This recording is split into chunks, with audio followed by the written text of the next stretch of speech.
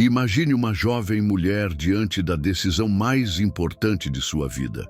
Diante dela, dois caminhos: permanecer em silêncio e possivelmente sobreviver, ou arriscar tudo, sua posição, seu conforto e até mesmo sua própria vida, pela salvação de seu povo. E antes de tomar esta decisão, que mudaria o curso da história, ela faz um pedido extraordinário. Vá, reúna todos os judeus que estão em Suzã e jejuem por mim. Não comam nem bebam durante 3 dias e 3 noites.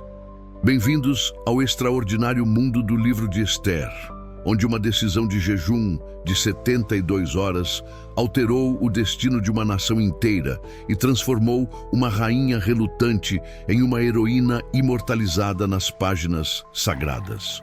Uma história onde Deus nunca é mencionado pelo nome, mas sua mão providencial é vista em cada reviravolta. Onde o poder da oração e do jejum se manifesta não através de milagres espetaculares, mas através da coragem humana e da intervenção divina nos bastidores da história.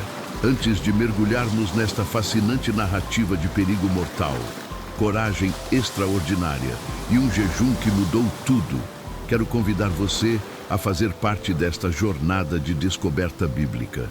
Se você aprecia conteúdo que revela as camadas mais profundas das Escrituras e mostra como práticas espirituais, como o jejum, podem transformar não apenas indivíduos, mas o destino de nações inteiras, não deixe de se inscrever no canal agora mesmo e ativar o sininho de notificações. Seu apoio com um like neste vídeo nos ajuda a alcançar mais pessoas com estas poderosas histórias de fé e coragem. Agora, vamos desvendar juntos o dramático livro de Esther e o jejum que salvou um povo da aniquilação. O livro de Esther se desenrola durante o período do Império Persa, especificamente durante o reinado de Xerxes I, chamado de Assuero na Bíblia, que governou de 486 a 465 a.C. Este era o maior império que o mundo havia conhecido até então, estendendo-se da Índia até a Etiópia sobre 127 províncias. Esther 1:1. A história se passa principalmente na cidadela de Suzã, ou Susa, uma das 4 capitais do império, localizada no que hoje é o Irã. Esta era uma época em que muitos judeus viviam dispersos pelo império após o exílio babilônico, mesmo depois que Ciro, o Grande, havia permitido seu retorno a Jerusalém em 538 a.C. O livro de Esther é único entre os livros da Bíblia por várias razões. É um dos 2 únicos livros bíblicos, junto com o Cântico dos Cânticos, onde o nome de Deus não é mencionado explicitamente. Não contém milagres sobrenaturais evidentes, mas retrata a providência divina operando através de circunstâncias aparentemente coincidentes.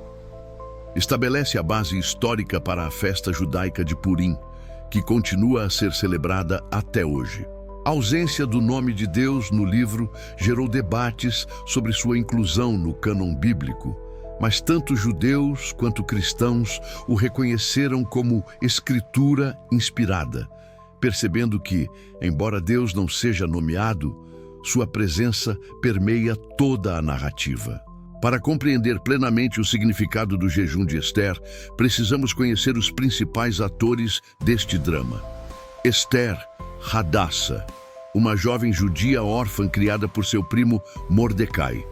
Seu nome hebraico, Hadassa, significa murta, enquanto seu nome persa, Esther, pode derivar da palavra persa para estrela. Escolhida por sua beleza para se tornar rainha, ela inicialmente esconde sua identidade judaica. Mordecai, primo e guardião de Esther, da tribo de Benjamim, serve na corte do rei e permanece firme em suas convicções religiosas, recusando-se a se curvar diante de Amã. Rei Assuero, Xerxes I, o poderoso, mas facilmente influenciável monarca persa, conhecido por seu temperamento volátil e decisões impulsivas. Amã, o Agagita, o antagonista da história promovido à posição de primeiro-ministro. Seu ódio por Mordecai o leva a planejar o genocídio de todos os judeus no Império. Sua identificação como Agagita sugere descendência de Agag, rei dos Amalequitas, inimigos históricos de Israel.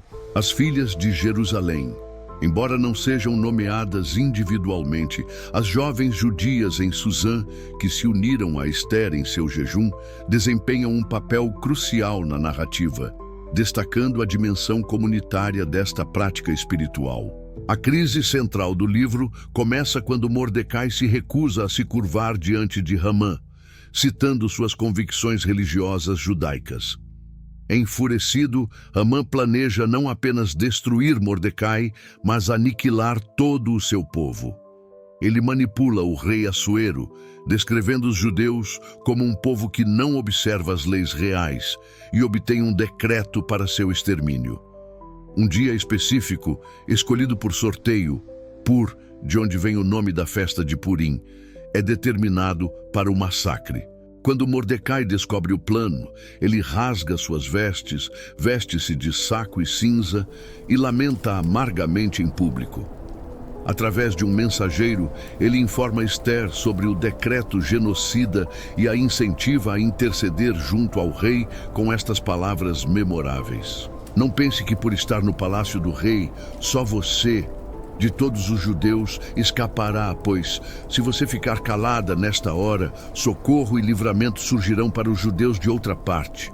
Mas você e a família de seu pai perecerão. E quem sabe se não foi para um momento como este que você chegou à posição de rainha. Ester enfrenta um dilema agonizante.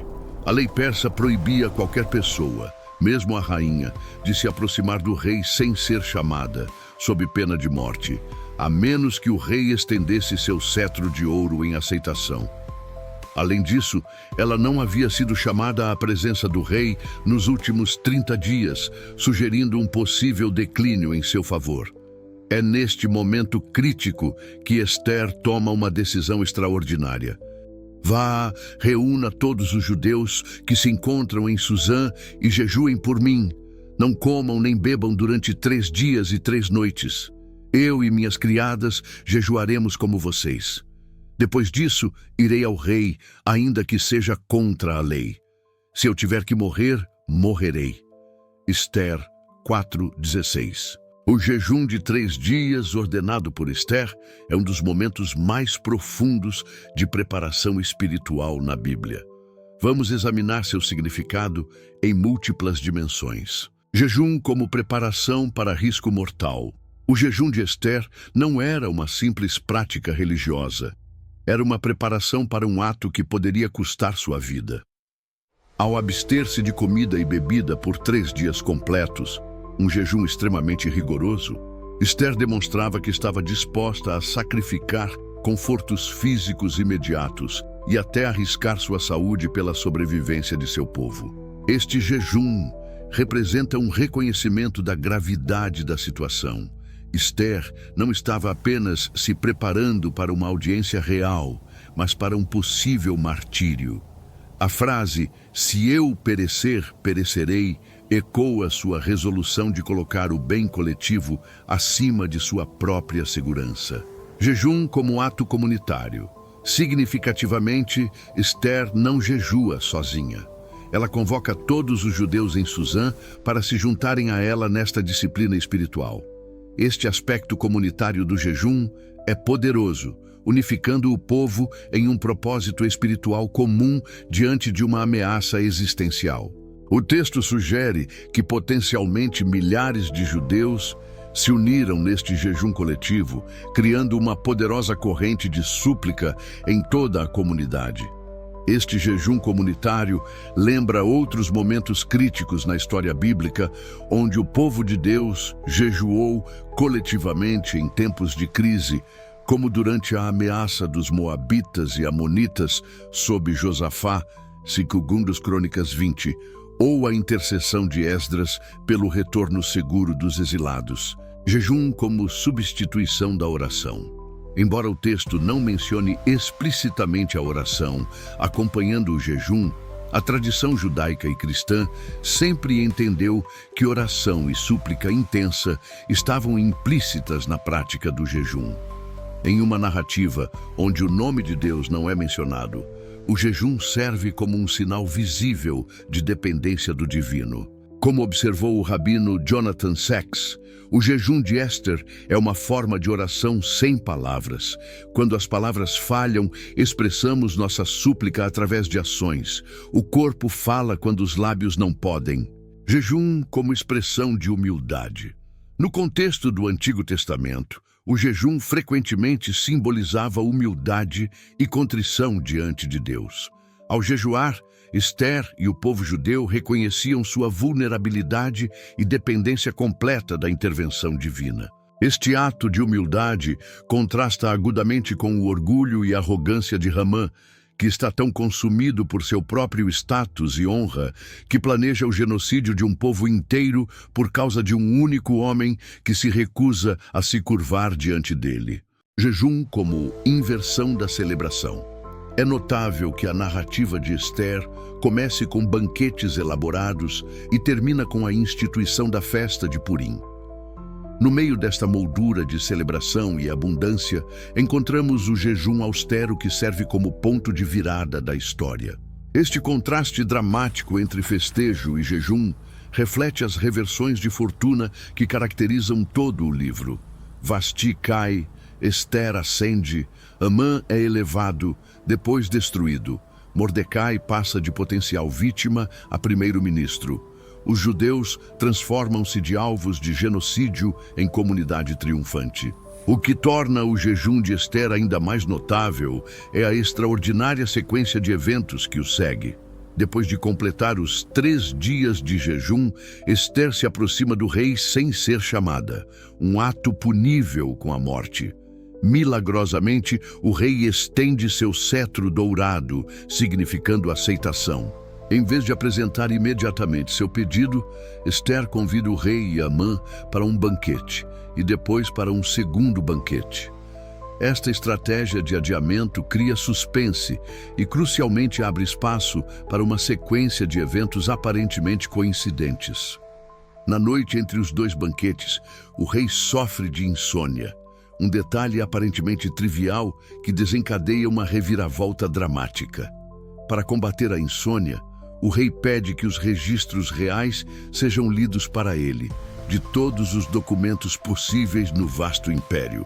A seção lida, por acaso, contém o relato de como Mordecai havia descoberto e denunciado uma conspiração contra a vida do rei anos antes, salvando-o. O rei descobre que Mordecai nunca foi recompensado por este ato de lealdade. Neste exato momento, Amã entra na corte, planejando pedir permissão para enforcar Mordecai. Em vez disso, Amã é forçado a honrar publicamente o homem que ele mais despreza. Esta sequência de coincidências ilustra como o jejum de Esther abriu caminho para a intervenção divina, não através de milagres sobrenaturais óbvios, mas através de uma orquestração meticulosa de circunstâncias aparentemente casuais. Como observou o teólogo Walter Kaiser, a providência de Deus é vista precisamente na ausência de milagres. Deus trabalha através dos detalhes comuns, sincronizando eventos e influenciando corações de uma maneira que parece coincidência aos olhos não treinados na fé. Na tradição judaica, o jejum de Esther é comemorado até hoje como Ta'anit Esther, o jejum de Esther, observado no dia 13 de Adar, imediatamente antes da celebração de Purim. Este jejum é considerado menos rigoroso que os jejuns principais como Yom Kippur, mas ainda é amplamente observado. Os sábios rabínicos veem neste jejum vários significados, uma comemoração do jejum original de Esther e dos judeus de Susã. Um lembrete de que Deus atende àqueles que se voltam para Ele em tempos de angústia. uma lembrança de que a celebração de Purim deve ser precedida por um período de reflexão espiritual, um reconhecimento de que o dia 13 de Adar, originalmente designado para a destruição dos judeus, foi transformado em um dia de vitória através da oração e do jejum. O jejum de Ester na perspectiva cristã. Na tradição cristã, o jejum de Ester é frequentemente visto como um modelo de intercessão poderosa. Muitos comentaristas cristãos notam os paralelos entre o papel intercessório de Ester por seu povo e o papel intercessório de Cristo pelos crentes. A disposição de Ester em potencialmente sacrificar sua vida, se eu perecer, perecerei, e o sacrifício voluntário de Cristo. O jejum comunitário que precedeu a redenção dos judeus e as práticas de jejum da igreja primitiva antes de decisões importantes. Atos 13, 2, 3, 14 e 23. Santo Agostinho observou sobre o jejum de Ester. O que a lei não pôde fazer, o jejum realizou. A lei falhou, o jejum triunfou. Esta observação destaca como a disciplina espiritual do jejum, combinada com coragem moral, superou até mesmo um decreto legal irrevogável. As características únicas do jejum de Ester. O jejum descrito em Ester 4 se destaca de outros jejuns bíblicos por várias razões. 1. Sua extrema intensidade. O jejum de 3 dias completos, sem comida nem água, é extraordinariamente rigoroso. A maioria dos outros jejuns bíblicos envolvia abstenção de comida, mas não necessariamente de água. A intensidade deste jejum reflete a gravidade extrema da situação, a iminente aniquilação de um povo inteiro. Sua origem laica. Diferente de muitos outros jejuns bíblicos ordenados por profetas ou sacerdotes, este jejum é iniciado por Ester, uma mulher sem ofício religioso formal. Isto destaca como, em tempos de crise, a liderança espiritual pode surgir de fontes inesperadas. Seu propósito político-espiritual. O jejum tinha simultaneamente um propósito político, preparação para abordar o rei, e espiritual, buscar intervenção divina. Esta integração do político e do espiritual é característica de como a fé bíblica não separa artificialmente estes domínios. Sua natureza preventiva, ao contrário de muitos jejuns bíblicos que ocorrem após tragédias ou como resposta ao pecado, o jejum de Ester é preventivo, buscando evitar um desastre iminente. Esta dimensão proativa oferece um modelo importante para a prática espiritual. O jejum ocorre em um ambiente não religioso, a capital persa, onde os judeus eram uma minoria étnica sem estruturas religiosas formais como o templo. Isto demonstra como práticas espirituais, como o jejum, podem ser poderosas mesmo em contextos seculares ou hostis.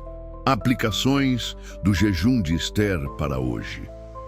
A narrativa do jejum de Ester oferece várias aplicações poderosas para crentes contemporâneos. O poder da preparação espiritual. Antes de enfrentar seus maiores desafios, Ester se preparou espiritualmente através do jejum. Esta prática nos lembra que grandes empreendimentos merecem preparação espiritual séria. O jejum é uma das maneiras de nos prepararmos para sermos vasos úteis em momentos cruciais. A força da unidade espiritual. Ester não jejuou sozinha, mas mobilizou toda a comunidade. Este exemplo ressalta o poder multiplicador da unidade espiritual. Jesus ensinou que quando 2 ou 3 concordam em oração, há um poder especial. Mateus 18, 19 e 20. O jejum comunitário exemplifica esta verdade. Coragem moral fundamentada na disciplina espiritual. A coragem de Ester para enfrentar o rei não surgiu do nada. Foi forjada no cadinho do jejum e da oração. Isto nos lembra que a coragem moral frequentemente flui da disciplina espiritual. Como observou Dietrich Bonhoeffer, a graça barata é o inimigo mortal da igreja. A graça custosa é o tesouro escondido no campo. O jejum de Ester representa um dos momentos mais dramáticos da Bíblia, onde uma disciplina espiritual mudou literalmente o curso da história. Um genocídio planejado foi evitado, um povo foi salvo e uma tradição de celebração que dura até hoje foi estabelecida. Tudo desencadeado por 3 dias de jejum. Esta história nos lembra que mesmo quando Deus parece silencioso, seu nome não é mencionado no livro, Ele está trabalhando nos bastidores da história. O jejum de Ester abriu um canal para esta intervenção divina, não através de manifestações sobrenaturais espetaculares, mas através da orquestração providencial de circunstâncias aparentemente mundanas. O jejum de Ester permanece como um testemunho atemporal do poder da disciplina espiritual, combinada com coragem moral. Nos lembra que mesmo nos contextos mais seculares e aparentemente esquecidos por Deus, o jejum, a oração e a ação corajosa podem desencadear reviravoltas divinas que transformam a morte em vida, o luto em dança e a desesperança em celebração. Se você encontrou valor nesta exploração do jejum de Ester, não deixe de curtir este vídeo e se inscrever no canal para mais conteúdos que exploram as profundezas das práticas espirituais nas Escrituras. Compartilhe nos comentários suas próprias experiências com jejum ou reflexões sobre esta extraordinária história.